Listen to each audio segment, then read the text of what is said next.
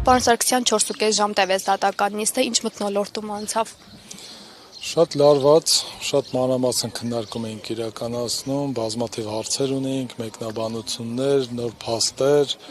որոնք որ փորձեցինք տեղ հասցնել դատարանին։ Իհարկե դատարանի մոտ կարծեք թե այդքան մեծ հետաքրքրություն չկար, տպավորություններ, որ ինքը արդեն որոշում ունի, բայց ամեն դեպքում մտնում ենք որոշումը լսելու, հուսանք, որ գոնե մի փոքր արթնացած կլինի իրավական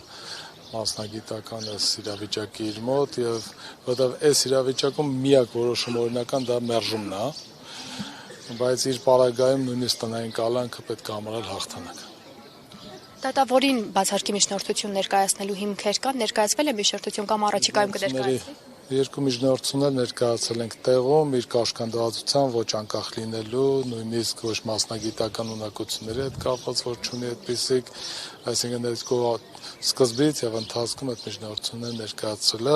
բայց քիչ հետո հրապարակումը կլինի, ձեր թույլտվությամբ պետք է արդեն մտնեմ ներս։ Վերջին հարցում եկեք Միքայել Սրբազյանի առողջական վիճակն ինչպես է, երեք նրա ինքնազգացողությունը ինչ որ պահի վատացել է։ Այս պահին ինքը կոնկրետ դրա մասին ոչինչ չի ասել, չեմ կարող հստակ ասել, դե որ այք ընդունում է, հուսանք որ լավ կլինի։ Տրամադրությունը Մարտական։